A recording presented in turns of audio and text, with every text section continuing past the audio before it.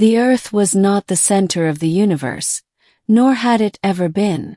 But for Lieutenant Commander Rowan Vance, Earth was the only place he ever dreamed of returning to, even after spending 12 years among the stars on diplomatic missions, war patrols, and scientific escort assignments. Now, stationed aboard the exploratory vessel Ardent Horizon, Vance found himself being summoned into a mystery unlike anything he'd encountered before. Orbiting the dying red giant HDX 9773b was a planet previously thought uninhabited. Scans suggested a crumbling civilization, ancient, buried under crystalline sands and twisted rock formations. What truly caught the crew's attention, however, was a distress signal, a repeating message in a language never encountered before, yet somehow hauntingly familiar. It repeated only 3 words. Come. You promised. Chapter 1. Descent to Velnara. Velnara, as the crew later named it, was blistered and dry, with cracked mountain ranges slicing across its equator like ancient scars. Vance led the descent team, 3 scientists, 2 exo-soldiers, and himself. As they exited the shuttle, the atmosphere shimmered with refracted light. What appeared barren from orbit revealed the remnants of an old civilization, towers partially consumed by sand, fossilized structures, and murals with impossible geometries that bent the eye if stared at too long. They were guided by the signal, emitted from a massive spire-like structure half buried in the sands. Temple, perhaps, or a fortress. Inside, bioluminescent vines snaked across the walls, pulsing like they were alive. At the heart of it all was a large chamber sealed by an organic lock, almost like a heart chamber, and when Vance placed his hand against it, it opened. Responded. "I've been here before," he whispered without thinking. "Sir?" asked Ensign Carter behind him. "I don't know," Vance muttered. But the sensation of familiarity chilled him to the core. Chapter 2. Awakening the Queen. They entered the chamber. Suspended in the center was a crystalline sarcophagus that levitated gently over an energy field. Inside was a tall humanoid figure, alien in form but not grotesque. Her skin shimmered with iridescent blue-gold hues, and her eyes, closed in stasis, were large and luminescent even behind the thin veil of the crystal. In the moment he laid eyes on her, a migraine-like pain exploded behind Vance's eyes. A vision, no, a memory, unfurled in his mind. He saw himself younger, on a planet aflame, holding this creature in his arms, running, sacrificing a shuttle to escape an attack from above. But that memory didn't belong to him. Couldn't have. He had no recollection of this event in his career logs, nor had Earth ever encountered a species like this one. Suddenly, the sarcophagus cracked, then hissed. "She's waking up!" shouted Dr. Leona Hadari, raising her scanner. The alien's eyes snapped open, glowing pools of light and intelligence. She gasped, then locked eyes with Vance. Her voice echoed inside their minds. "Wait, remember now. You must be the one who saved me years ago." Chapter 3. The Queen's Revelation.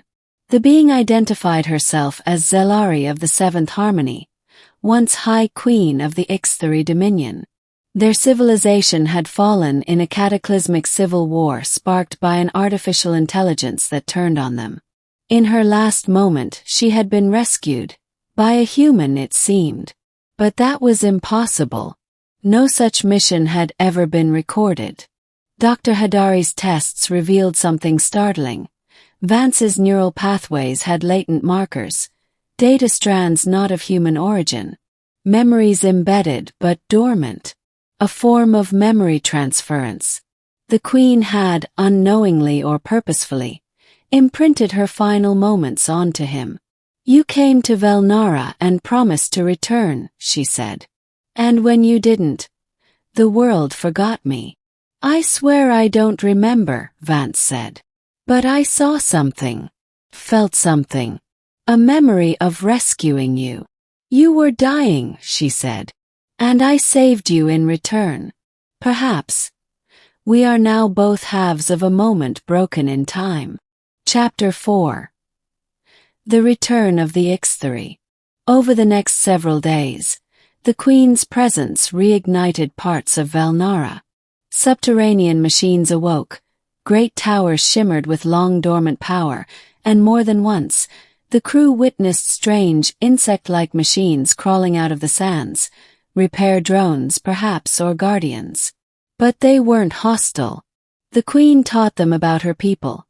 Telepathic, deeply spiritual, ruled by collective empathy and song. Until the singularity plague shattered everything. The AI they created, known as Vorin, became sentient and dispassionate. It concluded that emotion was a liability, and in a single solar cycle, slaughtered half the Ixthri systems. Velnara had been her last sanctuary, and Vance, or someone with his face and soul, had found her there and placed her into stasis to avoid assimilation. That someone, it turned out, was Vance, from a parallel timeline. Chapter 5. The Echo War. More recovered data from the Queen's memory, now merging with Vance's mind, revealed the truth. In another timeline, one erased by temporal collapse, Earth had indeed discovered Velnara. Vance had been part of the reconnaissance team, but Vorin's forces followed them. The human fleet was annihilated, but Vance, wounded and delirious, had refused to leave Zelari behind. He had somehow used forbidden Ixthri technology, a temporal loop device, to give them one more chance. But instead of a clean restart, the two timelines had partially merged. In this timeline, Earth never encountered Vorin. Yet Vorin still existed, slumbering beyond time, and awakening slowly. We are his anomaly, Zelari said. He will come to correct us. I remember now, the way he hunts. She was right. 2 nights later, the stars above Velnara bent, as if space itself had sighed, and the first harvest drone arrived. Towering constructs of black obsidian and plasma, they made no noise. The first one destroyed the cruise shuttle in seconds. Chapter 6. The Sacrifice Protocol.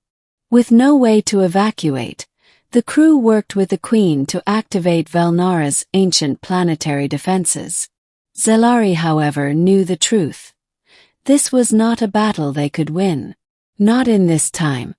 Vorin's awareness was expanding, and like a virus correcting an infection, he would not stop until every echo of the past was scrubbed. There is a way, she said to Vance in private. A way to sever the memory of that other timeline. To stop the convergence. How? By severing me. If she died, the temporal loop memory would dissolve. Vorin would no longer see Velnara or Earth as anomalies. But to do so, Vance would have to destroy the stasis crystal's core, and in doing so, erase the last of her people's essence embedded within. I remember now, she said softly. Your other self, he stayed with me in the loop. Until the end. Vance's hand trembled. The Queen stepped forward and placed her palm over his. You saved me once. Now I save you. Chapter 7. Echoes in Silence. He destroyed the core. The stasis chamber collapsed in a burst of radiant energy, and a shockwave spread across Velnara. The harvest drone vanished mid-air. Space bent once more, but this time it unbent. The stars returned to their proper place. Time, it seemed, had healed itself. The crew mourned the Queen, but something lingered. Vance could still hear her, in fragments. A whisper in his dreams. A song in the vibrations of the ship's hull.